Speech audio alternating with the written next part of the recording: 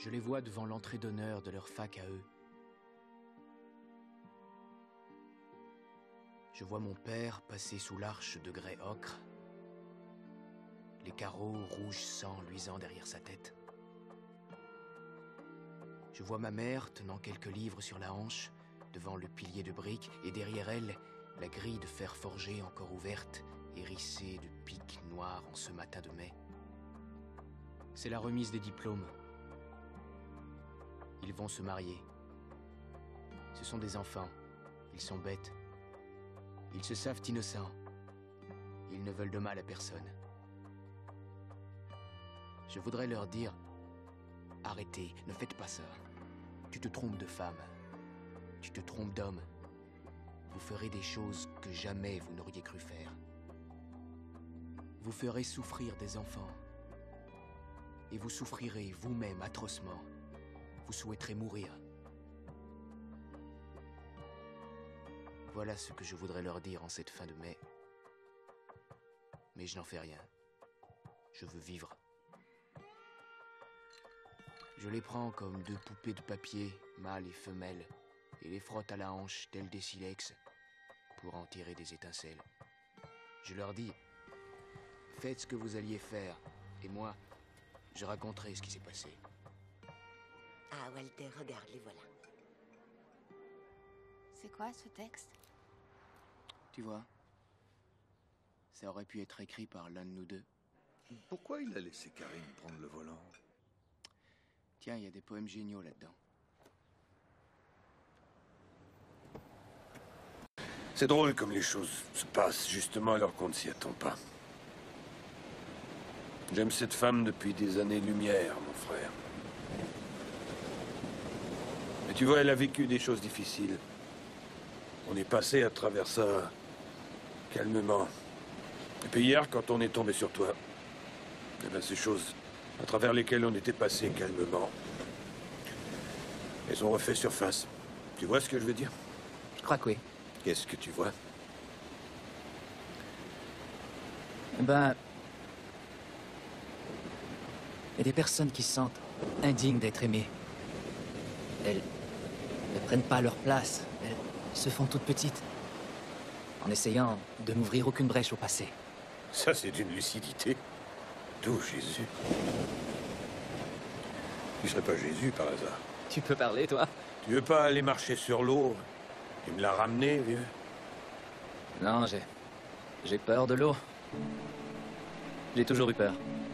Et il va bien falloir que je surmonte ça un jour ou l'autre. Donc, je vais y aller. Si tu portes le bois jusqu'au campement.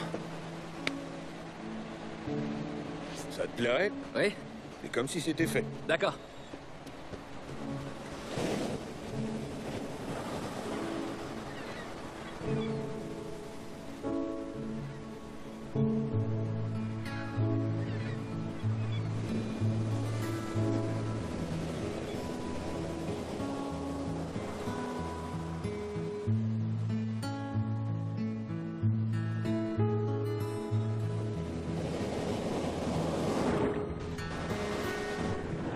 Tout ce que la mer a à offrir, ce sont ces grosses bourrasques. Et de temps en temps, une sensation de puissance. Il est vrai que je connais pas grand-chose à la mer. Mais ici, en tout cas, c'est comme ça. Et je sais aussi que dans la vie, le plus important, ce n'est pas nécessairement d'être fort, mais de se sentir fort. Et de se mettre à l'épreuve au moins une fois. De se retrouver au moins une fois dans la condition humaine la plus archaïque. D'affronter seul la nature aveugle et sourde. Sans rien pour vous aider. Si ce n'est vos mains et votre tête.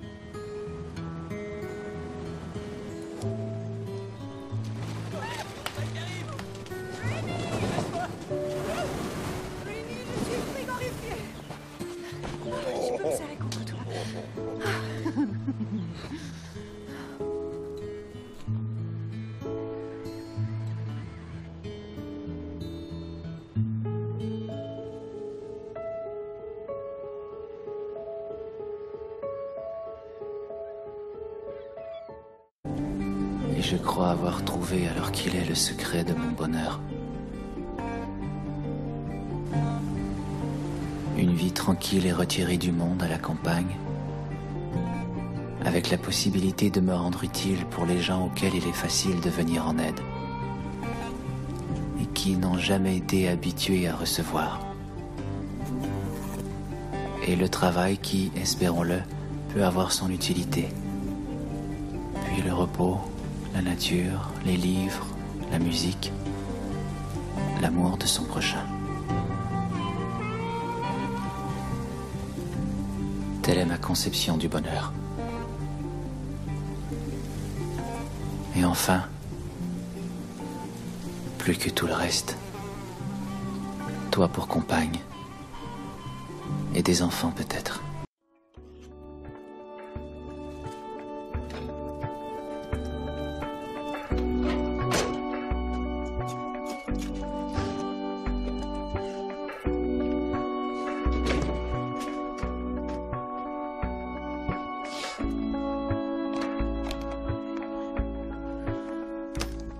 Deux ans à parcourir la Terre.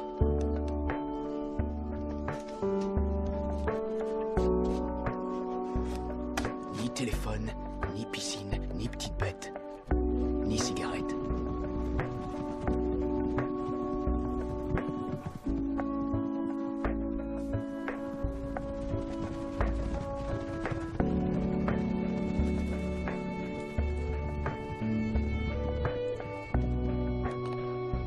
Le summum de la liberté. Un extrémiste. Un esthète voyageur. Qui est chez lui. Sur la route. Écoute, papa, arrête ta psychanalyse à 2 balles, d'accord? Tu la fermes, je t'emmène là où moi je vais. Et où tu vas? Hey, t'écoutes, oui ou non? Je t'ai dit 100 fois qu'on allait nulle part! Maintenant, après 2 années passées sur la route, commence enfin l'aventure ultime. Le suprême combat qui anéantira l'affreux imposteur qui vit en moi, achevant ainsi la révolution spirituelle.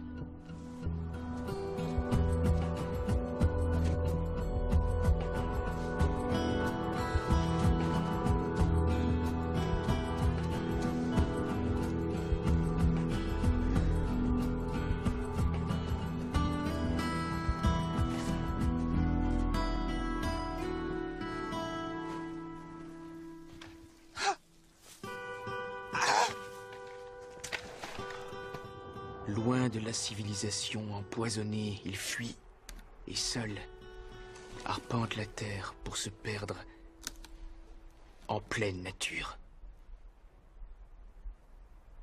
Alexander Supertramp, le vagabond, mai 1992.